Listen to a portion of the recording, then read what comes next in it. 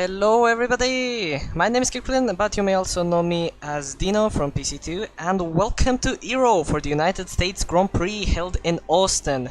Austin, debuted in 2012, is a track made out of 20 corners, 6 slow speed, 6 medium speed, and 8 fast speed corners. It also has 2 DRS zones, one on the start-finish straight and one in Sector 2, which is the longest straight of the two. Sector 1 is very technical and a very easy place to get penalties if you overshoot or if you push too much. It also steals from Suzuka, based in Japan, the infamous Sector 1, so we can expect a lot of spins happening at that place, as we saw in previous years as well. Sector 3 also steals from Istanbul's most demanding corner, turn 8, which is present here in corners 16, 17 and 18 in the middle of Sector 3. There are also sausage curbs everywhere, so watch out for those if you don't want your car to become a rocket ship. The track in its history has been a Mercedes and Hamilton dominated track, with both of them respectively taking 5 out of 9 wins since the track has been first held. The only exceptions are in 2012, which has been won by McLaren, 2013 won by Vettel, 2018 won by Raikkonen, and 2021 won by Max Verstappen. Of course, none of this matters now, because our cars today are going to be set on equal, so anyone has a chance to win. But it will most likely be Drake, as this is his home race, and he definitely wants to improve on his last week's retirement in pre-season held in Bahrain.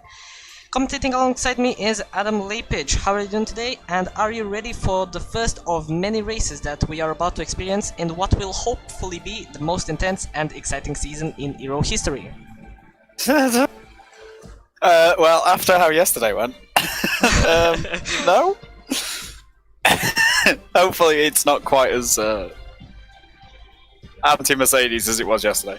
Oh, definitely. And we can see some good racing for, well, all the way down the grid, really. Hopefully, Drake doesn't just drive off and leave everybody else for dust and stop and have a cup of tea at his pit stop and still win. Hopefully, people like last season's champion Matej Skola and the likes of Marvin Muir and Jacob Mikkelsen can really bring the fight to him. And of course, Marek Znamierovski in the Mercedes. We'll be hoping for that, I presume.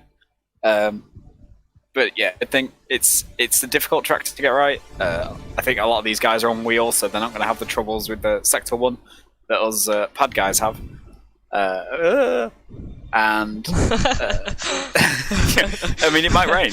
The chance of rain here, even considering it's Texas, which is weird because it like never rains in Texas.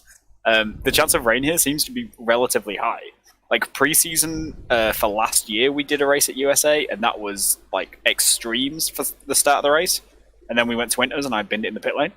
And then we had a wet qualifying in PC2 yesterday. So the chance for rain here seems higher than real life. So we might get some wet weather either in qualifying, which would be very interesting, especially if it sort of works out like yesterday, where you were the fastest time on your first run, and then because of the sort of buggy crash you had, where it really shouldn't have KO'd your car, but it did, you started 17th. So it was like a huge amount of track evolution. So we might get something like that, where all qualifying sort of hinges on the last 2 minutes, and whoever's last on track. And we might get rain in the race, and then obviously you've got that track evolution in there where people who gamble on going on the slicks faster, or people who are a bit more confident staying on the intermediates when other people are pitting for extremes and things like that. So we could get a very interesting race. It could be quite chaotic. There also might be problems in terms of people trying to go side by side through Sector 1, because you cannot go side by side through those S's. Yeah, it should be a good race. It should be fun. PC1 tends to be nuts, so... Of course. Also, one fun fact, every race that I have raced in USA has been a wet one. Or a dry going to a wet. So I have a really rich history. Except for yesterday, it was fully dry. But every other race I started on... Yes. So maybe the game is cursed because of me. And everything is on wet. I don't know. But yeah, anything can happen, and we are just waiting for a few more people to load, and we are going to start the qualifying session. I want to just thank everybody for tuning in to this to the stream, and don't forget to like and subscribe to our channel. I would also like to thank our partners, Bolidomania, Race Insight, Gridfinder, Discord, and JR Designs. You can also support us on Patreon. Every link is in the description. You can also join from there. Our link to our Discord where you can sign up. We are currently looking for reserves, so you can definitely sign up here if you have a PS or PC. You can also follow us on Twitter, Facebook, and Instagram, so be sure to do that as well if you have time. And Quali is sunny. It's not just dry, it's like nice. There's a few of our guys start to pile out of the pits with Marek. That's one of the McLarens. Yeah, that's Jurgiel with his teammate Pavlakovic, one of our reserves right behind him. The first man on track is Luke Mills. Alpines. Who is that? Is it Luke? It's okay, Luke so I mean, I'm going to ride on board with Luke and see how long it takes him to spin. I mean, he already invalidated, so that counts. Yeah. That counts. This could go about as well as last week. Hopefully it goes better for Luke. He has been practicing on that wheel. We all sort of convinced him not to chicken out and go back to the pad for the league racing, so hopefully he's doing that, sticking with the wheel and sort of maximising and trying to improve. He's set himself the target of winning Hungary, which is at around about the midpoint of the season, so he's going to need to work on his wheel racing, I guess, and see how far he can get with it. Get back up to his pace last season. He was fighting for 4th in the PC1 Championship, so if he can get back up to there, maybe even a little faster. The wheel is a bit better than the pad in terms of raw pace, so he's going to be looking to hopefully challenge near the front. I mean, it definitely cannot go worse from Bahrain last week, but I guess we'll just have to see. He finished 2 laps down, so it could technically get worse, but at least he finished, right? Seeing that a lot of people are on mediums, we might see a dry race as well. As Luke Mills is the first guy starting his flying lap, let's just keep on board with him and deliver a full track guide. So, we are coming up to turn 1, some people coming out of the pit lane. Turn 1 is a uphill going out to a downhill. It's a blind corner, so you are most likely to overshoot it, so be careful how you approach. Going out to turn 2, take its full throttle, and then we go to these twisty corners where Luke goes a little bit too deep. Thankfully it doesn't invalidate his lap. And we are at the end of sector 1, going out to another uphill. Really easy to lose the traction of the car, and he takes it pretty well. Looks like he has been practicing, and yeah, Cat has to not be happy on exit of that corner because of the camber of it. It likes to kick out and try and murder you as he pulls through turn 11 and onto the back straight. This is the longest straight on the track, highest top speeds, and down here into turn 12 is the best overtaking opportunity. With the DRS and battery deployment down here, you can gain a lot of speed. Hard on the brakes down second gear, you can cut that corner quite heavily and not get pinged. The curbing is very small there, so as long as one of your tyres is still touching the track, it won't invalidate your lap. Takes quite a conservative line here through 13, 14 and 15. Gets on the power for the run around 16, 17 and 18, which, as you said in your track introduction, is a mirror copy of Turkey Turn 8. Runs a little wide, misses the apex on the second last corner, but keeps it inbounds. That's probably the easiest place to invalidate your lap outside Sector 1. And across the line with a 32.6. Oh wait, a 34.9. Montovsky behind him immediately does a 32.6. And Quill on the mediums with a 34.3. Marek with a 31.8. We had quite a lot of guys pile out almost immediately. As Robbie does a 34.0 in the Williams. We've got a couple of invalidations behind them as well, I think.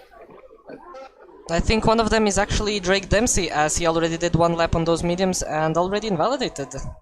So, very interesting. Yeah, he's backed out of, I don't know if this is his in-lap, maybe intentionally invalidated. Seems like the kind of thing Drake would do. Maybe he's trying to give and we've got a Mercedes front row, so that's qualifying over, right? We'll just end it there? Yeah, please do. But maybe Drake is just leaning false hope on everyone because he's probably just gonna steal that fastest lap. And well, let's have a look. Let's see what it was. I don't know if he backed off that lap or not, but let's check. so Okay, he did a 32.4 on the mediums. And mediums, which would have put him fourth, and he might have backed off it because he invalidated it. So, how much slower are mediums? Remind me, please. A second and a half. According to Jeff, so grain of salt for this, they're 1.3 seconds slower than these softs. You lose quite a lot of time with the numerous sort of slow traction zones. Sector 3 especially is quite painful.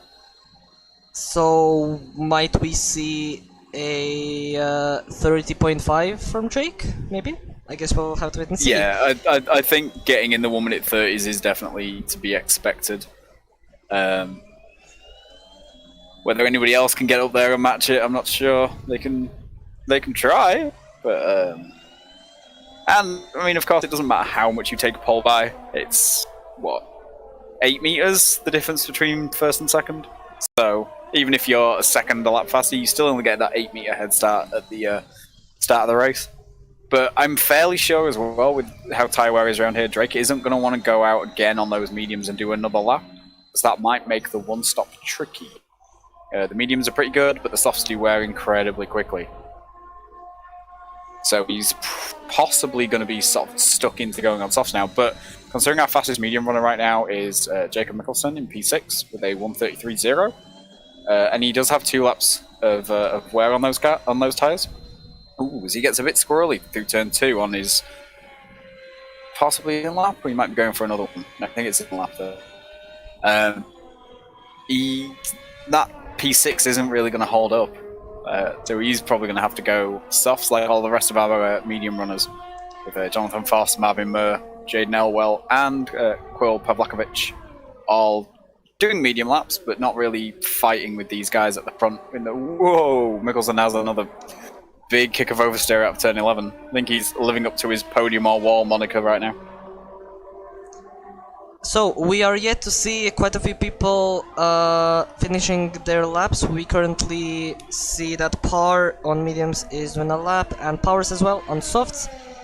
6 people haven't set lap time yet. There is still a lot of time, 10 minutes remaining in the qualifying session, so everyone can do 2 or 3 more runs, however they want to choose. But Tuka's just starting a flying lap on medium tyres. Just coming around turn 1 now. Gets a good line through there. Let's see what... Although, I'm not convinced on his exit line, but he keeps it in limits, and he's not going to lose too much time through turn 2, because, like you say, it is a flat out corner. Nice and smooth through the S's. Keeps it in 7th gear for a lot of that. So that's something you can't do on the pad, it just doesn't turn fast enough. So there's a wheel advantage right there. Gets a good line up through the hill. Manages to keep traction, doesn't get any little kicks of oversteer like it happens through turn 8 there quite often. And then down into the hairpin at the start of the straight. And gets the power down. Decent run out of there. Opens up the DRS. He's going to be pushing down this straight, seeing how fast he can get, and trying to spot his braking point into turn 12. See if he takes this narrow line and cuts across the curve. A decent amount. You can go more than that, but it's not bad. As he comes now into the twisty part at the end of the track. The sort of technical part of the circuit. This is where these drivers running no ABS and no traction control are really going to have to use their talents to maximise this sector. It's not too much of an issue for the rest of the lap, but with the technical side of Sector 3, it's where the lack of assists really requires your driving ability. He comes around the last corner and opens up DRS again and does a 33.4 on the mediums. Not bad. So it's 10th at the moment. It's a decent lap, within 4/10 of Jacob, who's currently our fastest medium guy. And our champion from Season 6 in PC1 is sitting quite well in P4, a 132.3, but he is on a outlap. He will probably want to improve. And both Mercedes are still in the front row, which is very good. Very good. Better than yesterday. Better than yesterday. Yeah, so Mateus did win PC1 last season when the assist restrictions were very different on the PC tiers. So he did that running with ABS, which has now been banned. So he's having to adapt to a whole new way to enter corners. So Mateus is going to be extremely quick, but he might lock up a fair bit compared to some of our drivers who have driven with no ABS for a long time. And then there are a few drivers in here similar, just like Big Dempsey, who run with no assist whatsoever, so they also don't have the line on. The line is still allowed, it's the only assist that is. Because it doesn't affect how your car drives, it's just a guide for guys that maybe don't have the time to commit to learning every track where exactly the braking points are. Especially considering they change every lap based on your tyre wear, maybe based on your downforce setup, things like that, and obviously the weather changes them. As Mateus now just starting his flying lap on this second set of softs, going to be looking to find half a second to challenge Marek Znamorowski and Mateusz Jelinek on that front row. Sort of seems to lock the rears there on turning into turn 1. So that could have lost him some time, but he's going to look to keep it smooth through the S's. It's very close to track limits. Drops down to 6th just before that last kick to the left. Oh, Drake Dempsey. Out of the way as Drake's done a lap, and he's half a second faster than everyone else. Which means he's 4/10 off what it was last week. It's a terrible lap by Drake. That is actually my fastest lap in time trial, so maybe I could have beaten him. Yeah, good luck with that. So there's Mateus now coming onto this back straight, opening the DRS. It's going to be quite interesting to see the drivers down here. So there are a few different theories for how much downforce you want on your setup around the USA. There are some technical aspects, but obviously with the biggest and best overtaking opportunity being turn 12 at the end of that long straight, having additional top-end speed is extremely powerful. So you basically want to run as low a downforce as possible that doesn't cost you time anywhere else. As Martowski has now gone P2 with a 31.7, but on 2 laps on those softs, saying to me. So he's not going to want that to be his best lap. He's going to want to look for an improvement on his final set of soft tyres. As Mateus Gola comes around the last corner now. And opens DRS, and it's a 31.9, so he's still P4. Well, improves to P4 now as some guys behind him made improvements. Splits the Mercedes. So that's looking really close between those three. Just a half a tenth. Sorry, a tenth and a half separates Marek and the 2 Mateuses in 3rd, 4th and 5th. And there's only another half a tenth up in front to Martowski. To Mateusz Jurgiel in his McLaren. And then obviously you've got Drake just being Drake. We see some people also improving. We also have a yellow sector too. I don't know what that's about, but Foss is finishing out his lap. A 131.6 puts him in P2 in front of everyone else. The sector 2 yellow flag is Pedro Gadugal in the Alfa Romeo back straight, who's run out of fuel, so he's cruising around. But he'll have time to get back to the pits, put a new set of boots on, get out and do another lap or two. Yeah, his sector 2 split is 52 seconds down, so he ran out of fuel quite early on this lap. Nathan Powers is also starting his flying lap. To get out of people's way, not do that, because the game likes to disqualify people. I was getting out of the way of the Red Bull reserve of David Nieto, who's on a flying lap, Drake's teammate this week. Is currently in P13 with a 33.3, but if he improves by a second, that's going to put him P8 or P9. He runs wide on the second last corner, though, has to back out a bit to not invalidate the lap. Gets a decent line through the final corner, gets hard on the power, and it's a 32.7. So that puts him P10 for now, and drops Quill down into tactical pole position in the 11th place. I mean, I think he could have stayed in P13 as he would have gotten a free tire advantage, but he is P11 right now, as Bilbas, I think, improved to P5. Yeah, Bilbas splits some of the poles, with Znamorowski and Gola being separated now by Bilbas. Just 16,000 slower than Znamorowski for that spot on the second row. And yeah, so Jonathan Foss, that was a really good lap. He's within 3/10 of Drake, so... he's hooked the lap up. He's got it where he needs it to be. On board with Nathan Powers. A bit extra at the end. Nathan Powers actually set a purple sector 2, a 7/10 improvement. If he manages to keep this up, this will put him in 4th position. He is on the second to last corner. Put him right around Znamorowski and Bilbas. He takes a 31.8. He might find some more time in this last sector. It's a 31.803, so he jumps both of them and goes into P4. Good run by the Alpine driver. Still pretty good, I think. Yeah. While Luke 13,000. adapts to the wheel, he might have to carry him a little bit. So good for him to get maximise the points haul for Alpine. As I think Jaden Elwell has just jumped up to P9. Yeah, he's just finished a lap, jumped up to P9, just ahead of Marvin Miller, who's just come out of the pits and nearly poleaxed him on the way to turn 1 as Jaden's getting out of the way of some guys starting their laps. That could have ended in tears. Our PC2 champion from Season 6 to Caracola is also on a flying lap, improving by 1 second. So looking he did do his first lap on the mediums, so a gain of around about a second and a half is expected, as the track's going to be rubbering in. But with the timing of this lap, he's not going to have time to get back in the pits and put a new set of tyres on. So this is going to be his final flying lap, unless he wants to do multiple laps on this set of tyres. He's actually invalidated it. And he's not going to have time for the Aston Martin boys to change his boots and send him back out again, unfortunately. P17 for our champion. Starting near the back. That is not really good, but we have seen my race from yesterday. I also started P17 and somehow managed to get P7. So David Nieto's binned it. He's retired in the pits, possibly. His car's in the pits, so he may have retired in the pits, or he might have binned it and it's just teleported him back. I'm not sure which one. If Duca has good racecraft and good consistency, I think he can manage to get points. But yeah, all the top 10 currently on soft, so he's also going to have that option of the alternate strategy in order to hopefully make up some spaces. We haven't seen a safety car yet in PCF3 or PCF2. Rumour is that they're dumping it at the moment and it's just not deploying safety cars. Although we may see some major incidents here and really test if that's the case.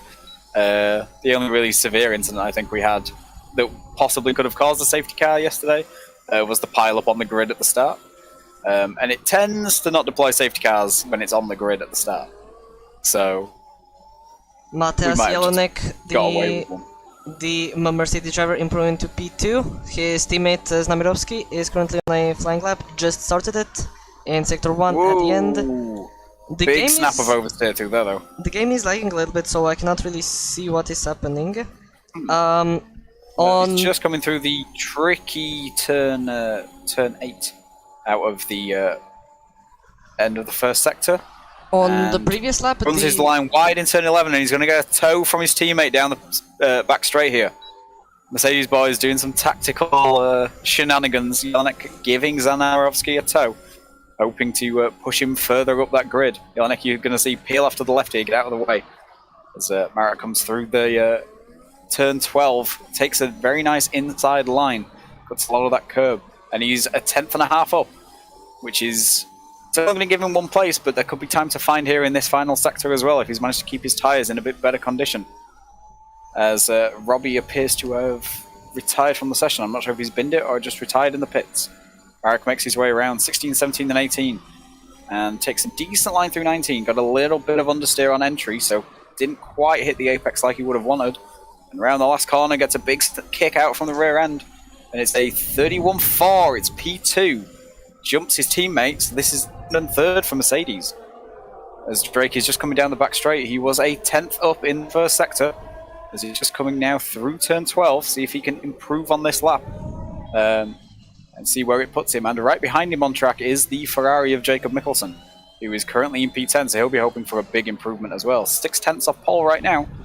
See if he can get further up the grid with his lap, as Drake's now just coming around 16, 17 and 18. Takes a good tight line. Carries a lot of speed as well, doesn't scrub too much off. And hits the apex perfectly on turn 19. As he comes in now to the final corner. Takes a lot of curb, keeps it within track limits on both apex and exit, and it's a 30.7. Close to what I predicted. Close. Yeah, and Mikkelsen peels in. He invalidated the lap, so he is going to start P10.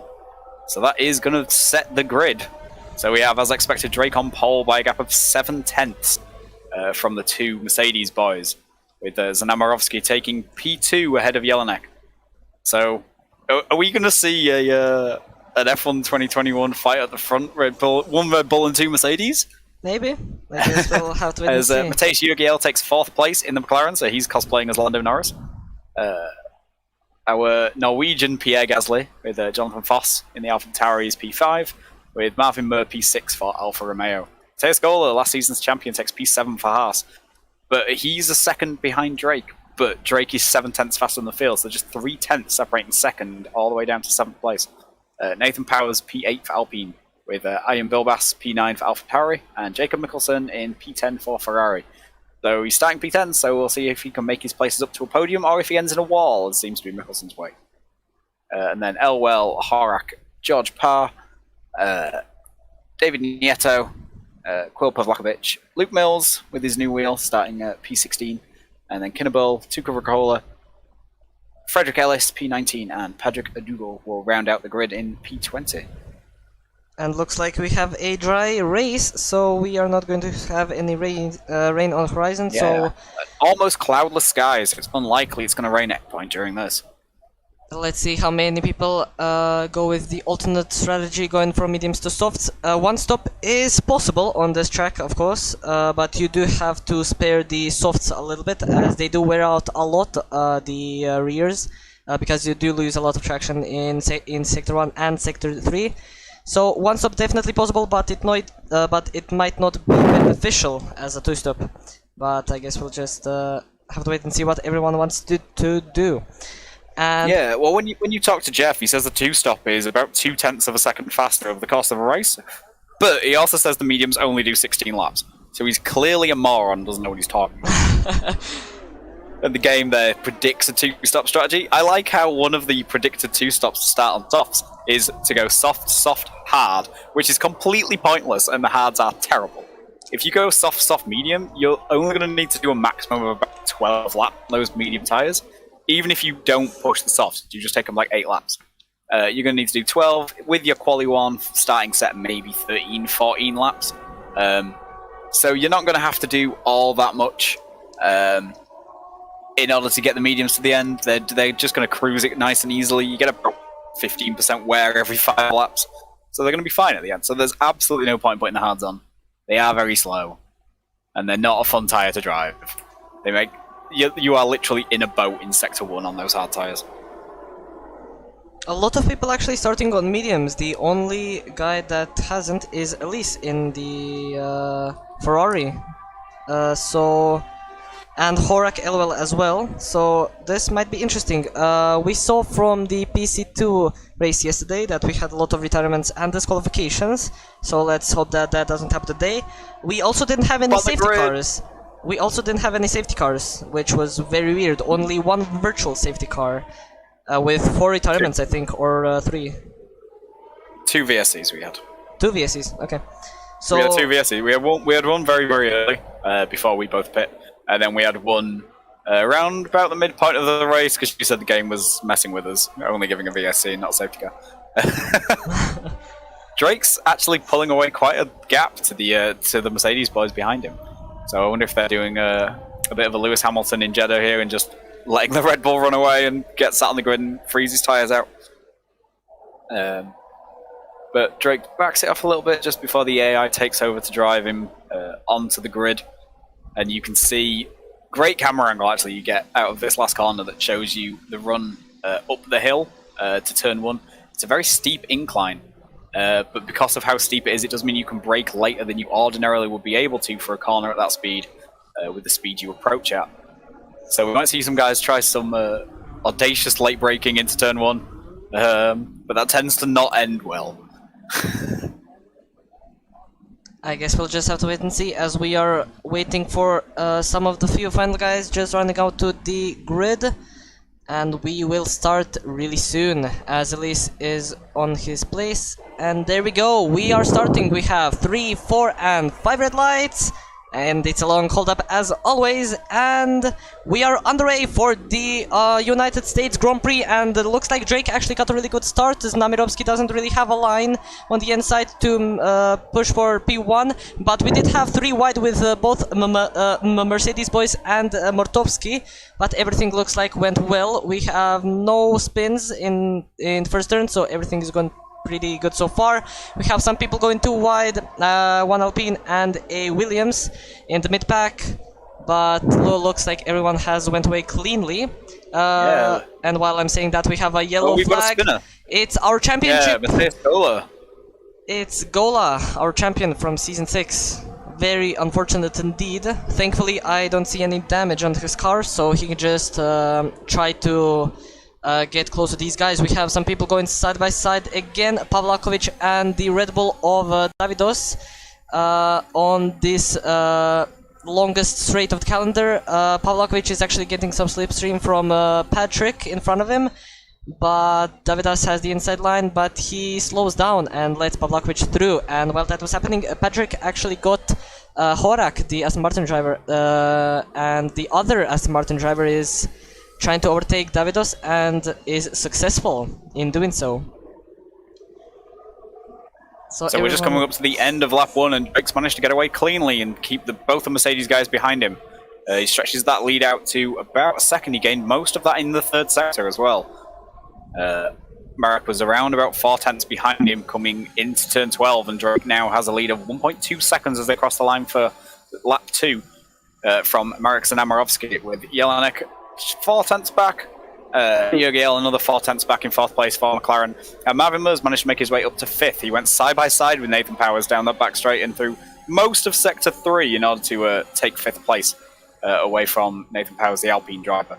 Then we've got the 2 AlphaTauris Nosa Stern with Bill Bass ahead, leading Foss as they come through sector 1, with Jacob Mickelson right behind them in the first Ferrari. So not a great race for Ferrari so far. They'll be hoping to make up places, as Jay Nelwell's pressuring Mickelson for 9th place. And he might try a bit of a lunge here into turn 11. Thinks better of it. And we've got another spin, which is Matthias Gola again spinning in sector 1 at the back, unfortunately. Patrick in the Alfa Romeo is in P11, but he's coming under some pressure now on those medium tyres. He's had a good start, made some places, and has Ben Horror behind him on the softs, who is going to try and make a move into turn 12. Down the inside, late on the brakes. And he's just going to sneak through into that place. Patrick decides better than fighting that. It's just going to cost him time in the long run. As Quill and Tuka now go side by side right behind them. Tuka's trying to make a move, trying to recover from his poor qualifying. And gets down the inside into 15. That's not an overtaking place. Oh, and they go side by side into 16, side 17, by side and through 18. 16, 17, and 18.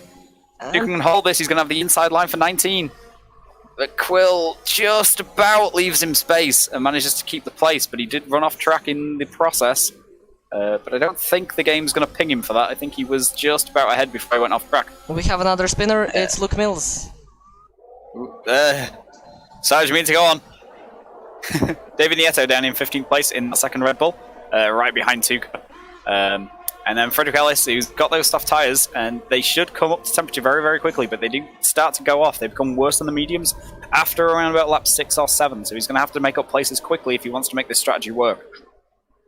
George Barr in the Haas in 17th place, chasing Freddie, with Robbie Kinneball, Luke Mills, and Matthias Gola, the 3 guys that seem to have had issues, and they've sort of dropped off the back of the pack. But Drake at the front is absolutely flying. He's already built this lead out to almost 3 seconds from the 2 Mercedes guys. Marek obviously not going to have DRS here, but the guys behind him all are, so we'll have to see here if Mateusz Jelinek is going to play the defensive game and try and hold the guys behind, but no, he's going for the move. And there is contact. And Jurgiel tries to make a bit of an audacious lunge as Znamarovsky let Jelinek without fighting too hard as their teammates. But there was contact on the apex and it didn't really come off. He's going to try Tuka's move, contact. And there's big contact. And it's going to slow both of them. Marvin Mur tries. Oh, and Znamarovsky's round. Thank God ghosting's on. That would have been like 8 cars in that pileup. We would have had a restart if that would have been the case. But looks like everything else is okay. Yeah. Mortovsky, I don't think he has damage. Marek all the way down to 16th, and then he gets a 3-second time penalty as well for track limits, just to add to the problems. Yeah, Drake has absolutely gone in from 3.2 seconds the lead now. He's got over Jelinek. Drake basically needs an issue or a safety car to not just cruise this. But because of the contact we had behind Jelinek as well, he's managed to get 1.2 seconds ahead of Jurgiel for second place. He's going to hope to keep that gap, keep Yor-Gale out of the DRS, because the guys behind him all have DRS, all the way back down to Jacob Mickelson down in 8th place.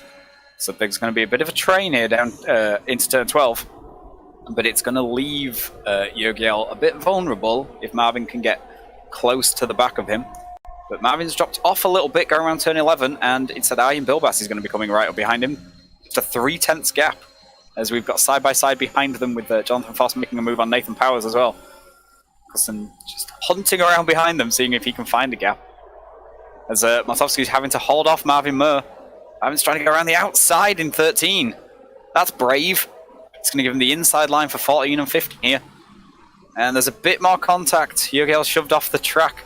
And Bilbas tries to sneak through, but Yor-Gale manages to hold him off. But they're going side by side through the 16, 17, 18 complex again. Bilbas thinks better of it though and just slides in behind before turn 19. And we thought it'd be close behind Drake, but this is a bit chaos. Mortovsky, I think, is trying to look for a move on Murr on the inside into turn 1. Murr is not defending, let's see, and he does the dive bomb. Let's see if he manages to do it, and there was slight contact, hopefully no damage, and that gives Bilbas the opportunity to try and go around the outside. They do make contact. He's round! Oh, Mortovsky is round! He has spun because of that contact with Bilbas. Oh, and he that's a reset. That's a reset. That's a penalty. Oh. That's a penalty after the race, but no safety car just yet. The rules are you can reset the track if you are stuck and you're about to get disqualified. That's it. You're not allowed to do it otherwise. But yeah, Drake is almost a 5-second lead now at the front. He's gone. Yeah. Bye, Drake. He's just doing a Tuka. It's now been dubbed doing Tuka. Jelinek in second place has now a 1.7 second lead over Marvin in P3. Who's going to be coming under some heavy pressure here from the two AlphaTauri boys. Bilbas makes the move already before the braking zone for turn 12. DRS extremely powerful down that back straight. And that is going to compromise Marvin slightly and sort of push him into the clutches of Jonathan Foss behind. Bit of AlphaTauri teamwork going on here. As they're coming through 15. If you can get a really good exit out of here and the guy in front of you gets a little bit snaky, you can try and drive around the outside of them through 16, 17, 18. But they all get through there pretty evenly. But it's going to give Jonathan Foss quite a good attack opportunity into turn 1. They're both going to have DRS here, but he's so much closer to Marvin than Marvin is to Ian in front of him. But he did go very wide. DRS on. He did go very wide on the final corners, so he didn't really get a good line to try and overtake as he loses the back end at the exit of turn 1. So he's gonna have to wait a little bit patiently. Yeah, now Bilbas has been released though. He's really closing in on Jelinek. Gap was just over a second as they were coming through sector 1. He's lost a little bit of time at the end of the S's, and it's gone back up to 1.3 now. But he was really gaining at the end of that last lap. Oh. And he gets a 3-second time penalty though, so he must be pushing extremely hard to try and get on the back of Jelinek here. Nathan Powers nearly spins, and Mickelson is trying to make a move around the inside. Whoa, nearly pushing him through turn 11. But he's going to get the slipstream of the DRS. He might have placed some battery down here, Jacob Mickelson. He is. But he has a big power advantage battery-wise over Nathan Powers, about 30%. And gets the move down there before the braking zone of turn 12. Breaks a little early and Nathan goes into the back of him. I don't think there's any damage. Everything all seems to be still attached to the Alpine. Mickelson managed to keep the car on track, so he isn't going to get a warning or lose too much time for that little bit of contact. And the guys in front of him should get held up a little bit with the dirty air, so he might be able to just get on the back of their DRS before the line. Not quite. So he might come under a bit of pressure into turn 1. Oh, Nathan runs very wide in turn 19, as Jacob gets a penalty for track limits warnings as well. So everyone's sort of having trouble with turn 19 with their track limits. But that is kind of what we expected. It's a tricky track for penalties. And Foss is still waiting for Bilbas to help a little bit to his teammate so he can pull away and leave more to not have DRS. So Foss maybe has an opportunity for P4. Both of them don't have any penalties, and we actually do not have a lot of them as we've had in PC2 and in other tiers. So that's good to see. Drake Dempsey, our leader, has already improved the gap to 6.4 seconds. And we might actually see Drake doing a two-stop, as he looks like is really comfortable with those softs still gaining from Yellowneck. Yeah, I don't think he needs to. I think in terms of time management, I think Drake's going to keep these softs alive pretty well. It's kind of, if your time management's not great, the two softs definitely better. But if you can push these soft tires out to probably lap 10 is all you really need, without losing too much time, then you can easily fit the mediums and just get to the end from there. As Bilba's still not quite in the DRS range of Yellowneck. But he's dragging Foss, Mur, and Mikkelsen along with him. Power's just trying to keep with these guys a little bit, but Mikkelsen's really closed that gap up to the AlphaTauris and the Alfa Romeo. He's going to be putting Marvin under quite a lot of pressure into turn 1. He's almost pushing him through the last corner, but that might compromise his exit slightly.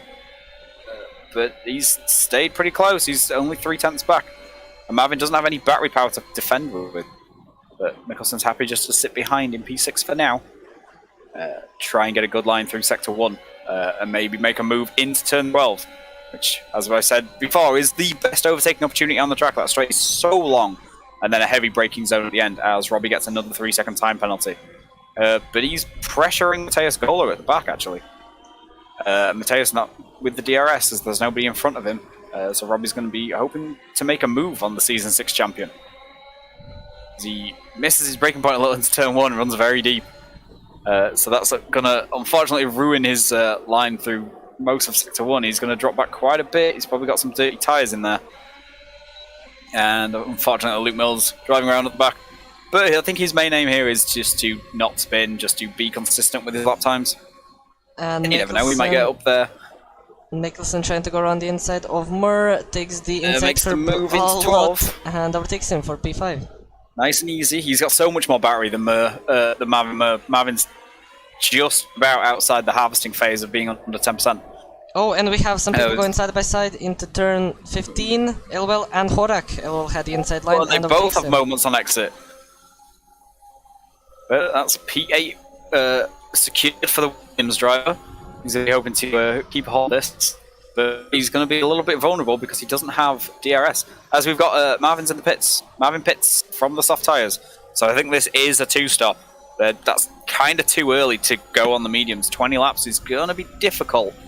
It's technically possible, but it's not easy, and you're going to be quite slow at the end. But he's going on those medium tyres, so maybe he's going to try and push them as far as possible, or maybe he's going to pit again around about lap 19, 20. Put a fresh set of softs on, go to the end. The undercut on the mediums is extremely strong. They're a lot faster than worn softs. So he might be able to gain a place on Mikkelsen, possibly attack the Alpha Tauris here with the pit stop. And obviously the pit stop recharges quite a lot of battery, so he's back up around 40%. It means he can spend some of that power here and hopefully grab somebody when they pit at the end of next lap. I think we might Whoa, see... and Nathan Powers is around, coming out of turn 11. And that's going to give good. places to quite a few drivers. He drops down to P11, and now has Namarovsky right behind him, who's going to have a better drive here, better run. And Nathan doesn't have the DRS down the straight, so expect Marek to make a move. But he tries to do it. And Nieto's having a look as well. Oh, and there's contact on the exit. And Nathan basically shoves Marek off the track. Oh my god, this is not good. Elbows out racing. Are we at 2021 Hungary? Nathan's just cosplaying as Fernando Alonso, I think. Znamirovsky has to just pull away from that overtake and has to stay behind of Powers. Yeah, he's got to compose himself a little bit. As Powers drifts and goes into the pit lane and they touch. I don't think there's damage. Unexpected, I guess. But I think Marek's car's probably alright. Yeah, his front wing's all still intact, but he's going to be compromised here down into turn 1. And David Nieto is going to have a look, maybe? No, doesn't quite have the line for it on those medium tyres. Probably have to brake a little bit earlier than Marek's softs, even while they're worn. They're pretty good under brakes, even well worn. There's a lot of traction coming out of those things. And Zambowski gets a 3-second time penalty. Drake's pit, so Drake's come in and put the medium tyres on at the end of that last lap. Drops him down into P8. He's just a second behind Patrick, who hasn't pit yet. So he's going to have a 9 lap fresher tyres. Going to be looking to potentially make a move down into turn 12. Padraig's just outside the DRS, I think. Yeah, so Padraig's not going to get that rear wing flap open, as we've had a move for the lead. Bilbas gets down the inside of Jelinek into turn 12. Drake has went into the pit lane. I don't know if you said that. I've completely missed that. Yeah, Drake pit at the end of last lap. Dropped him to P8, but he's managed to make one of those already, overtaking Padraig into turn 12. Guy in front of him now is Tuka Ricola on those medium tyres that he started the race on. And Drake's just going to close up into the DRS range here through Sector 3. The superior grip on those brand new medium tyres. He's gained about 6/10 in a corner, so that's pretty nuts. Tuka is being slightly held by his teammate as the top 3 all pit. And Jonathan Foss carries on because obviously Bilbas pits, so you don't want to double stack. So we've got Bilbas, Jelinek and Mikkelsen all in the pits, which promotes Drake up to P2 now as he overtakes Tuka into turn 1. So Tuka's not going to fight that all too hard because it's just going to cost him time if he tries. He's going to want to try and dick with Drake if he can here through Sector 1 and get the DRS down that back straight, which should give him a reasonable bit of breathing room over Padraig and Quill behind him on that same strategy. As Jelinek rejoins behind Mur. Yeah. These guys have been fighting most of the race. See, that's the undercut from Marvin. He pit 2 laps earlier and he's managed to jump Jelinek. He didn't quite get Bilbas, he's very close behind him, but he's managed to jump Jelinek. So that basically puts him into a net P3 in the race once everybody's pit and all filtered out. If he can manage his tires a little bit, he might go until the end of the race on these tires. They will be 21 laps old, but we did see some people in PC3 going to the end with 19 lap old mediums, so 21 probably isn't that hard to do, as I think Jelinek is way too far behind to try and make a move, but Elwell is trying to go around the inside of Parr and Haas. Parr has to just back out as he has way older tires than Elwell ahead of him, and Elwell takes P12. He also doesn't have any going penalties. On that alternate strategy, you are going to lose places when the guys that were in front of you pit and come out right behind you. As, yeah, Jonathan Foss pits from the lead, so that's going to put Drake back into P1. He's managed to pull out a 1.5 seconds over Tuka with a fastest lap, a 34.8. That's pretty good. just for context, that's what I was doing on brand new softs with 20 laps gone in the race. So he's a tyre compound and 8 laps of fuel faster than me. So that's good. Jesus Christ. Mikkelsen and Jelinek fighting for P9, and Foss is actually rejoining the track. Whoa. And yeah, having to do the extra laps cost him quite a lot of time. So he's behind Mikkelsen and Jelinek and Marvin Mur. That is not really good. Going very close through Sector 1 here, Jelinek and Mikkelsen. They were teammates last season, I believe. No, wait. Wrong person. That was Jurgi L. That was teammates with Mikkelsen last season. But they did have some battles last season on track. So we're carrying on with that one. As Mateus Gola pits from 19th place. Stays there. Puts on the mediums so they can go to the end. Actually, Mateus Jurgi in the McLaren, he's put the hard tyres on. The only man on track on hard tyres. He probably wants to keep it safe to make sure that he goes until the end, as Jelinek's trying to go around the inside of Mur in the Alfa Romeo, and he squeezes him a little bit, but still leaves just enough room to not push him off the track completely. And Marvin Mur. If everyone says on track, it's all fair. And Mur stays P7. Yeah, Marvin's losing time here though to Bilbas because of this fighting. Bilbas in P2, and the 4 guys in front of him that have yet to pit do come in, probably in around about 6 or 7 laps to put softs on to go to the end. They're going to be hoping to be very quick on low fuel, keep their soft tyres alive a bit longer than the guys did that started on them, and pushed for fastest laps and positions towards the end of the race. So they're going to be hoping to keep as big a gap as possible back to the guys such as Bilbas, Mur, Jelinek and Mikkelsen. Those that have pit, as Nathan Powers gets down the inside of George Parr into turn 1. Nathan Powers has put the softs on again, so he's definitely going for a 2-stop.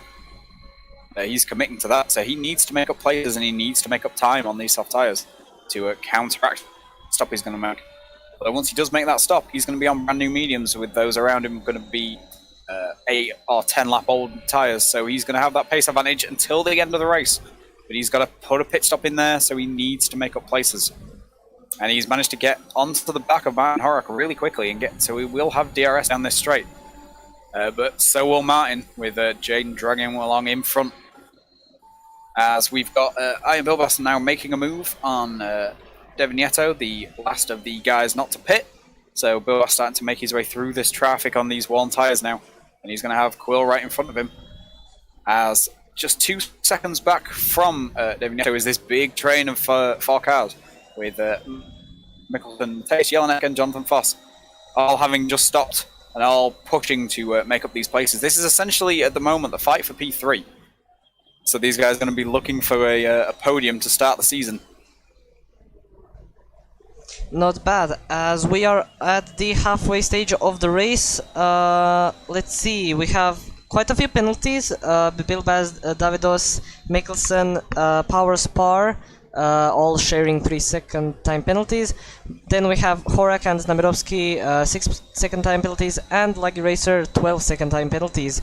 I think that's actually near a disqualification, so he needs to be a little bit careful if he doesn't want to do it. Luke Mills has left the session. That is interesting. And people that have yet to pit are Tuka, Patrick, Pavlakovic, Davidos, and Parr. And also Mills.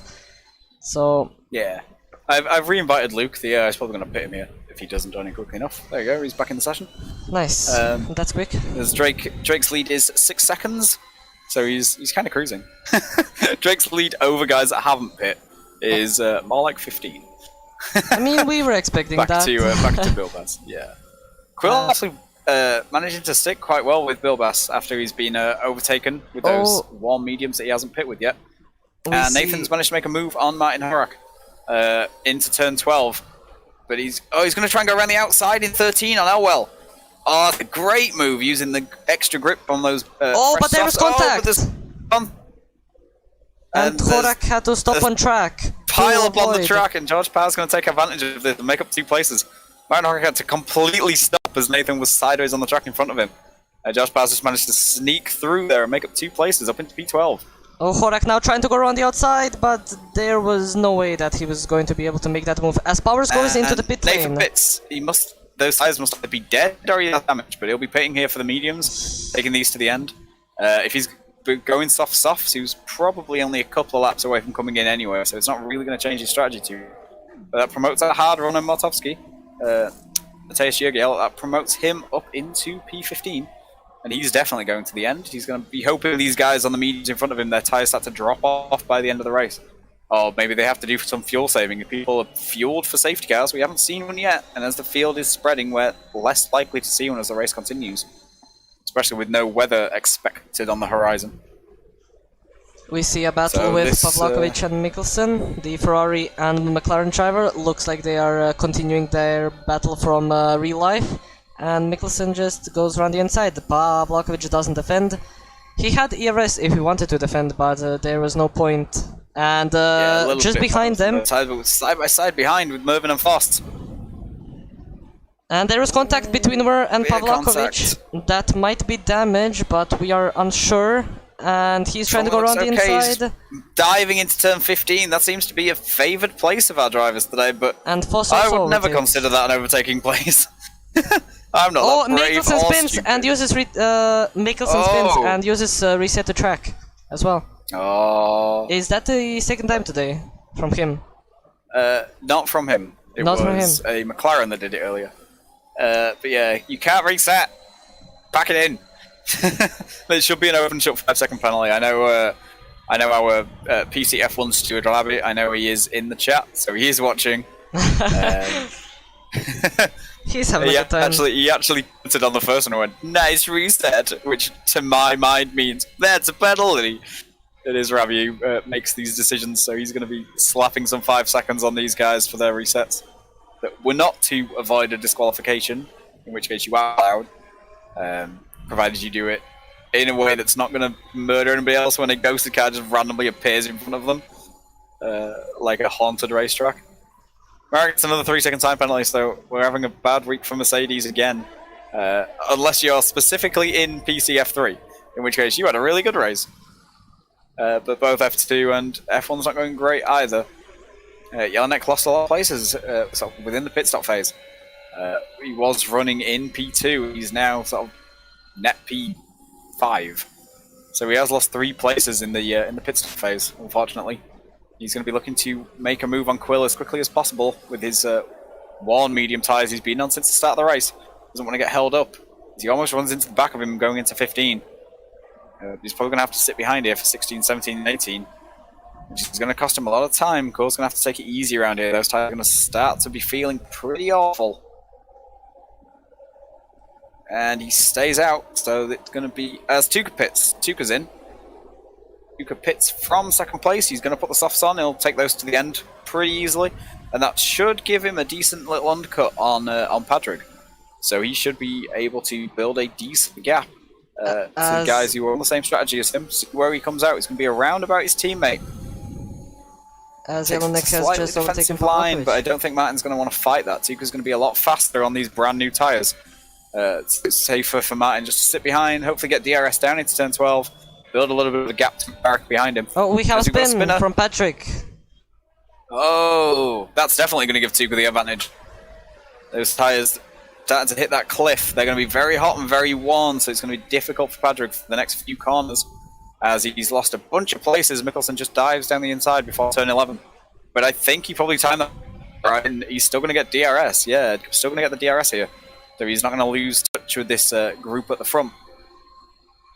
As there's now a 3-second gap back in from where Patrick is, down to Jaden Elwell in 10th place, and Tuka's coming at him already straight away. Tuka making moves on those soft tyres. So he's in the points. If he doesn't screw it, he's basically net P8 net P7 right now. As he's going to jump Quill, David Nieto, and Patrick when they all pit, and he's just going to have to try and close this gap up to Jacob Mikkelsen and the train that he's sort of on the back of, and hope to push up as far up the order as he can, as the boss is making Drake jokes as he leads by 16 seconds from Bill Bass. I think we need a PC0 for Drake, and we'll just sort of sub him in for Owen from PC2, because he won by 17 seconds. As yeah, Quill and Patrick both pit off those medium tyres, so they're going to be putting softs onto the end, trying to make up some places, trying to put in some speedy times. So the only guys still out on track yet to pit, David Nieto and George Parr, as we've got a spinner at the back, which I think is probably Luke Mills, considering it's an Alpine. No, it's not actually. My bad. It's Nathan. Sorry, force of habit. Nathan on his hard tyres has spun in turn 15.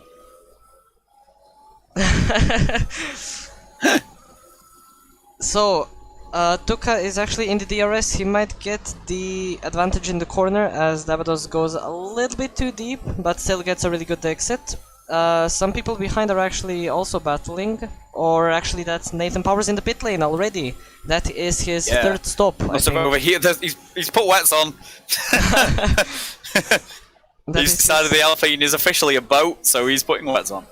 This will be fun. Tuka trying to go around the inside into turn 13 on Davidos and makes it stick. Makes a good move. He's up to P7. He's just 1.2 back from Jacob Mikkelsen, who has dropped out of DRS range of Mateusz Jelinek. So if Tuka can gain this time here through 16, 17, 18, which it looks like he's going to do just to sneak in the DRS. He does, but Jacob sneaks into Mateusz's as well. So they're both gaining time on the Mercedes in front of them, who's dropped back 3 seconds from Marvin. So I wonder if he's got some minor damage. He's dropped back 3 seconds in a couple of laps. As we've got a spin from Nathan trying to take Sector 1 on those wet tyres. Which, wet tyres! Maybe not the best idea. This is why we don't let him commentate.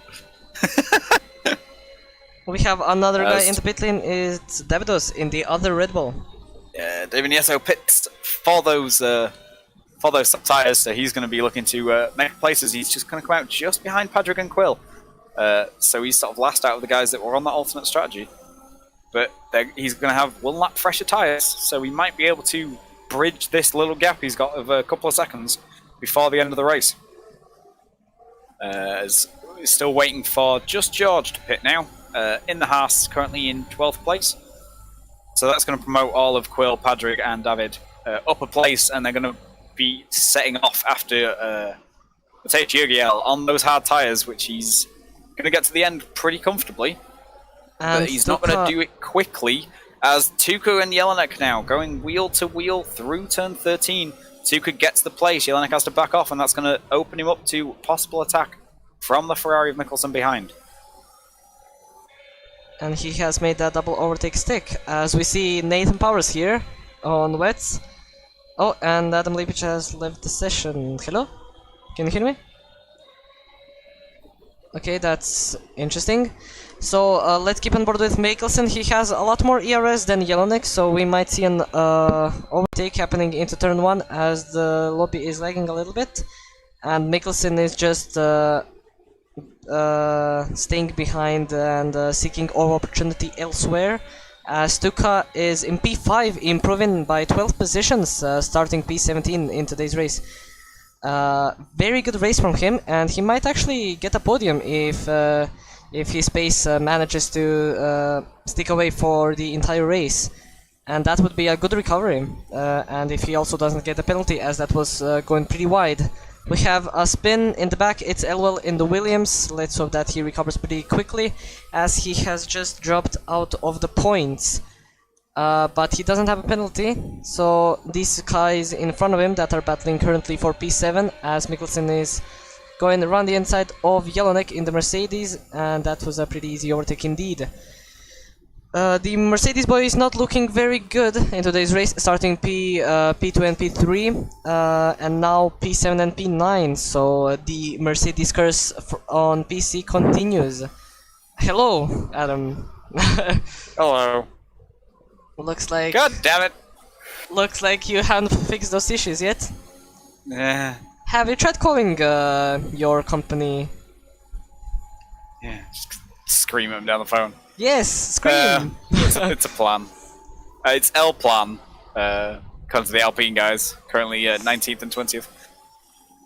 As it's not showing me gaps, it also says his brake softs are 20 laps old. Which I think is unlikely. I mean... maybe. As there was, I think, a little bit of a contact from Jelinek and Mikkelsen fighting for P6 in today's race. But I didn't really see that clearly.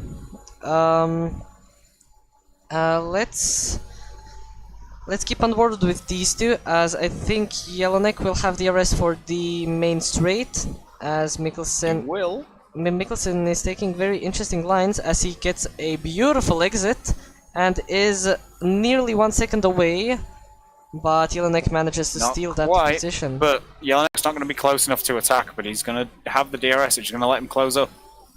As Tuka's now just 1.2 behind Marvin up in P4. So he is looking at that podium. Marvin's right on the back of Jonathan Foss. So if he can keep these soft tyres going to the end of the race and not lose any time on them, and not really lose any time while he's overtaking people, there's definitely a podium chance for our PC2 champion last year. As we see Elise and Powers going into the pit lane for fresh softs, maybe they have a chance to steal the fastest lap from Tuka. It's a 1:34.1, so it is possible, definitely. Definitely, I think our fastest lap yesterday in PC2 was a very late pit stop with a 33.4 or 33.5, I want to say, from Cody. 5. Yeah, so you would expect the PC1 guys to be able to go a little bit faster than that. Obviously, they don't have ABS allowed, as we do in PC F2. So there's a little bit of time lost there, but they're also all running without traction control. So there's a time gain there, and the tiers are based on time trials and a practice race total time. So these guys should be just overall faster drivers. So you might be looking at a lap in the low 33s, possibly even sneaking into those 32s.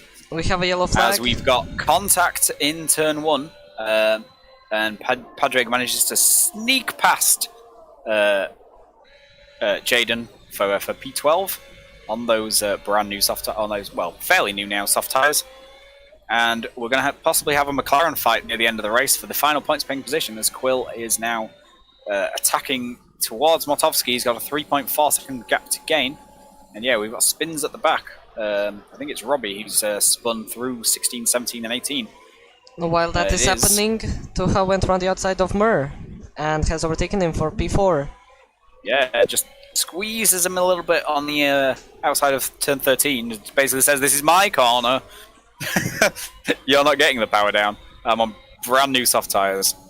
So that's going to definitely give him that pace advantage, and he's putting it to good use, showing the power of the alternate strategy despite a very disappointing qualifying from him. Although this is kind of what he did last season in BC2. His qualifying wasn't always the best. He did take a fair few pole positions, but there was a few races such as Mexico where his qualifying was not great, but then he made it work in the race with some alternate strategy calls, with some really, really good tyre preservation. As well. I think he made medium tyres in Mexico go about 25 laps, which is about 12,000 laps more than Jeff says. But then it is Jeff, and he's a moron, so. But he's right on the back now of Jonathan Foss, just 2 tenths behind, and Jonathan's not going to have the DRS down into turn 12, which Tuka and Marvin are both going to have. So Jonathan's going to be a little bit conscious here that he might get mugged by these two, Tuka especially. He does have a tyre advantage over Marvin. About 3 laps on those mediums. Tuka with these 5-lap old softs and no penalties is really going to be flying. And of course, looking at penalties, Bill Bass up in P2 has 3 seconds, and the gap from Jonathan up to Bill Bass is 4.3. So if Tuka can clear the second AlphaTauri here and then close up a second and a half, he could take P2. As he loses a bit of traction. 2 really, really good drivers finishing in the top 2 spots of the podium. As Drake pits, so Drake's coming in, but he does have 18.7 seconds of a lead. So he's pitting off those soft tyres to put another set of softs on. So he's going to take the fastest lap point here, but it's possibly going to drop him behind Iron. I think he'll be in front of Jonathan Foss and Tuka Rakola, but it's going to probably drop him behind Iron Bill Bass. He actually stays ahead. Emerging here. Bill Bass might have a chance to have a go at Drake, but Drake's going to be on those soft tyres, so he might just get a better drive through second one. Oh, too many penalties for Robbie. It's decided that enough is enough. He gets another 3-second time penalty. As we have a yellow. He did have quite a lot early, so it's possible that's just an accumulation of track limits warnings. And it's caused a yellow flag in Sector 1, which is going to be unfortunate for some of these guys who are maybe looking to make a move. But it should be cleared by the time they get down to this back straight, so Tuka's going to have another chance to have a go at Jonathan. Jonathan's basically dumped his battery to protect last lap, so he's not going to have that battery power to defend again here. He's on just 18% as Tuka's up around about 40, and he's going to have the DRS advantage. And you can see Bill Bass in front of him, so it's where his target is, that's where he's going for. He does make the move over Jonathan Foss and up into the podium positions, starting, where was he, like P17 after qualifying? I think P18. Duke's had a really, really good race, kept it clean, and now only needs to gain 0.8 tenths of a second up to Iron, who's on those 12-lap old medium tyres. This is the point where the softs do start to wear off. So Tuka's going to have to close this in on talent and skill as much as anything else. But he comes up behind one of the Alpines now to lap it, and that might give him DRS into turn 1. He may just be close enough, and he is. So he's going to get the DRS advantage up into turn 1, which is going to take a bit more of this gap out of Bill Bass. About a 4-second difference at the moment, but that 3-second penalty for Bill Bass might come back and bite him as long as Tuka keeps it clean. Tuka currently has, let me just take a look at the race director. Wow. Tuka currently has 0 track limit warnings. Nice. So he can push hard as well. And Bill Bass is on 4, so he's got another 2 before he gets pinged. Actually, Drake's on 2 at the front as well, so could see a penalty for Drake. Could Tuka win this? No. Imagine the scenes. No way. Drake is way too fast on those softs. Already 6 seconds. Already 6 seconds when he was close to Arion, and he's just pulling away way too much. As Elise gets out 3-second time penalty, and we have a spin in yellow flags in the start line. Matthias who's binned it. Trying to recover the car, he's hit the wall and there's the tyre off. See, that's the kind of crash that should knock a tyre off. I don't think that's going to be a safety car. It might be a VSC, but I think it's unlikely. Tuka now needs to gain just half a second on Aryan up in front of him. And they're around even on the RS, so there's not going to be an advantage there. This is simply going to be a case of pace. Tuka's softs are probably going to start going off now. But those mediums from the two AlphaTauris either side of him. His Drake is a 32.5. Fast. That's not even. That's just stupid.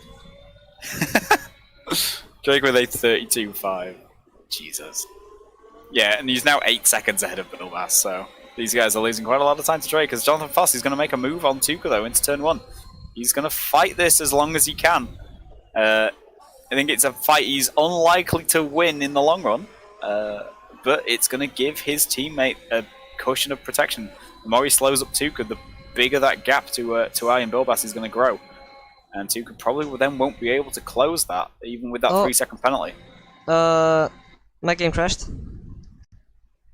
Oh, nice. Looks like we're both experiencing issues. Yeah. I had the ego dump issue. Ah, fun. Yeah. Well, so I'm going to have to voice over all this as Quill's DNF'd. Quill's binned it in Sector 1. So Quill's out of the race, unfortunately, the reserve driver in the McLaren, but I think we're probably too late now for it to trigger a safety car, as Tuka and Jonathan Foss are fighting again down that back straight. Tuka makes the move through turn 12. He's 3.6 back from Bilbass, 3.7. So it's unlikely he's going to catch him in these last 2 laps, but it's going to be what he's aiming for, with that 3-second penalty hanging over Bilbass at the end of the race. I've invited you. Thank you very much. So we can actually have a stream up, so I'm not talking to a black screen. As Drake's 11 seconds in front already. What is this? This is crazy pace. And the gap between Bilbass and Tuka is just 3.2 seconds. And it's just 3.5 from Bilbass back to his teammate of Jonathan Foss. Both those two guys do not have penalties. And there's some fighting going on at the back as Marvin pits. So I wonder if he's going to try and steal this fastest lap away from Drake, although I don't think he's going to manage that somehow because it's Drake. But that actually promotes Martovsky on those hard tyres. It actually puts him up into P9, so he's probably going to get points out of this, although he does have Patrick right behind him. So it might be limited to a single point for McLaren, as the Mercedes boys are running 6th and 7th, but they're both kind of... Matej Jelinek kind of having a race on his own. He's 5 seconds behind Jacob Mikkelsen up in 5th, and 4 seconds ahead of Marek Znamarovsky in P7. But Marek's going to have to defend the end of the race, as we're on the penultimate lap, as Martin Horak and Martovsky and Patrick Dougal are all right behind him in this fight for 7th place. So we're going to have a 4-car drag race down this back straight coming into turn 12, where I think Marek just about got a good enough exit to protect himself. Martin Horak has a think about a dive, puts the nose in, but it's... Ooh, there's a lot of contact on Apex, but Marek just about manages to hold the place. Runs Martin Horak wide on the exit of 13, but Martin Horak keeps his foot in, and he's going to get the inside line here through 14 and 15. Oh, and Martovsky's trying to go... try and fight this. Oh, and there was contact! Whoa! Big smash, but they both survive. But Somehow. That's going to keep Marek in 7th place and promotes Patrick on those soft tyres up into P8. And David Nieto in the second Red Bull into P9 now. Martovsky has damage. Yeah, but he manages to recover into 10th place, and it is definitely not worth pitting for a missing end plate on the final lap. So he's going to have to hold on to this as long as he can and hope he doesn't lose 5.5 seconds in a lap to Jade Nelwell behind him. Although Martovsky does have penalties. He has 3 seconds worth of penalties, so Jade Nelwell needs to gain 2.3 seconds in this lap to take that final point-paying position. And the gap between Bilbass and Tuka at the front, 2.6. And Jonathan Foss is just half a second back from Tuka. So this might be a P2 for Tuka, and Jonathan Foss might even sneak on the podium, but he's almost lost it coming out of turn 11. Just catches the car before he hits the wall, but that drops him a long way back from Tuka. So he's not going to have a chance at P2 or P3, unfortunately for him. As Tuka now just 2.5 seconds behind Bilbass, so I think he's probably going to take this place as Drake comes around the sweeping 16, 17 and 18 complex. And through turn 19, keeps it nicely in track limits. He's not taking the IndyCar line there where you run halfway to Houston. And he rounds the final corner to win round 1, season 7 for Ero Pc F1. As Bilbass just finishes 16, 17, 18, comes around turn 19 now. Keeps it within track limits, doesn't want to get another penalty, which is going to cost him even more places.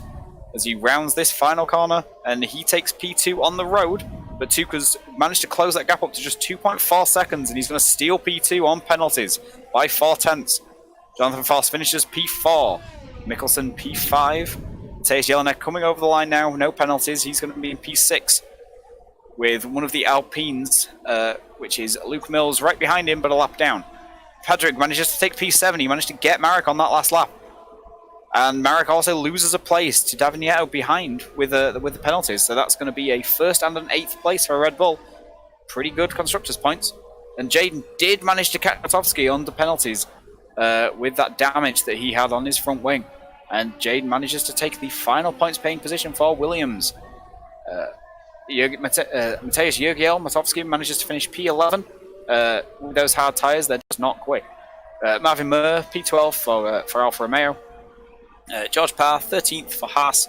Martin Horrock in the 2nd Aston Martin finishes P14 with no front wing. He limped around with no wing whatsoever for that last lap. Wasn't worth pitting. Would have cost him probably more time. Frederick Ellis takes the IndyCar line through turn 19 as he's just coming up to the line to finish in P15. Or not. And bounces off the wall and DNFs. But the guys behind him had both been lapped, both the Alpine guys, so he's 15th anyway. And I think that counts as at least 90% of a race distance, considering he could have pushed the car over the line. And of course, driver of the day, Tuka Rakkolo, for a fantastic recovery after qualifying to take P2 with that alternate strategy. But of course, Drake wins, as we knew he would, because he's Drake. Something else to go seriously wrong for Drake to not win a race. I wonder if he's going to do a last to first challenge somewhere. Drake won by a sector, lol. Yeah. Way more than a sector. So if you think you can fight Drake, sign up for Ero Pc F1. Please. Can someone get can someone tell Ghoul to buy a PC and we can have the fight from PSF1 last season? Please no. In PC Please no. Please yeah, no. See, my game, because I DC'd my game, says that Drake did a 0 stop, which is illegal and impressive. But Tuka, finishes P2 from 19th on the grid. AlphaTauri take 3rd and 4th with Bilbas ahead of Foss. Jacob Mikkelsen takes P5 for Ferrari with Mateusz Jelinek P6 for Mercedes. After starting 3rd, he won't be happy with that, but it's decent points nonetheless. Patrick Dougal with P7 for Alfa Romeo. And David Nieto, the reserve driver, Drake's teammate this week in the Red Bull, takes P15. And Marek Znamierovski drops all the way from the front row down to P9, doing his best Bottas impression. And Jaden Elwell takes the final points-paying position in P10 for Williams. Quite an interesting one, I might say. It was sufficiently nuts. It was kind of what we expected it to be. Drake drove off and everyone else drove into each other. The sort of the upper midfield, or I guess the upper midfield, so everyone that isn't specifically named Drake but is very fast, is the upper midfield now, from like 2nd to about 8th. Is going to be very close. Depending on the specific track week to week, you could have anybody in there on this grid. The time from the trials from the practice race and things like that, they are very close. Basically up and down the entire grid, so with the exception of Drake, of course. Yeah. So it could be very interesting. I think that front group's going to basically change week to week. There's going to be some guys that are going to be there or thereabouts every race. People like Marek Znamierovski and Jacob Mikkelsen. Tuka Rakkolo, as we've seen today, with strategy calls as much as anything else. His pace was pretty good, but his strategy was what really got him most of the places. Coming at people on warm mediums with brand new softs, they just can't fight that. They've got absolutely no chance. So manages to take P2. Or P1 in PC 1.5, which I might have to do for this season, like I did for PC2 last season if you just minus Tuka. Very interesting race indeed. Before we end the stream, I would just like to thank our partners again, Bobolidomania, Race Insight, Grid Finder, JR Designs and Discord. If you want to race in this league, if you've enjoyed the race and what you have seen today, there is a link for the Discord. We are currently looking for reserves for every single tier. We have 5 tiers in PC, in PS and 3 tiers in PC. so you can definitely sign up. You can also donate if you really want to. Also links in the description, and follow us on our Facebook, Twitter, and Instagram. Sorry, I know you're talking, but I was reading Discord. So Nathan says Jeff's a prick. Put him on a soft strategy. You pit again and put him on hards. So he pit again. So Jeff put him on wets. So then he pit again, and Jeff was like, "Oh, you must need more wets." So, yay, Alpine, L plan. L plan win. And Luke next race is aiming to not get lapped, as he only got lapped by 6 people this week. Yay! What is Alpine doing? And also Jeff put Luke on softs with 14 laps left and was like, "Do it." What was this race? Oh, and Marvin got a puncture on the second last lap. That explains a lot. So, I think that's everything. We do not really have time for anything else. The F1 stream is going to be really soon, so you can watch that in half an hour, I think. So you 39 can minutes, that. provided Yes. they're on time. And I believe F1 has a full grid for today as well. So you get to see Gould doing a Drake, probably, with the likes of AXA trying to challenge him, and Stop Haas winning a race, which makes me feel weird saying. But it is very interesting how our championship winner from Season 6, Gola, really struggled today. I hope that his pace can improve for the next time. So yeah, if we don't have anything else to say, we are going to end the stream. So, do you have anything? I think we're pretty good. Okay then. I've already said thank you to our partners. You can follow us on every single platform almost. And yeah, this was the United States Grand Prix. I hope that you have enjoyed our commentary and the race overall. And we are going to see you next Sunday as well for another PC1 race in Brazil. And I hope that you join us then, and we will see you next time.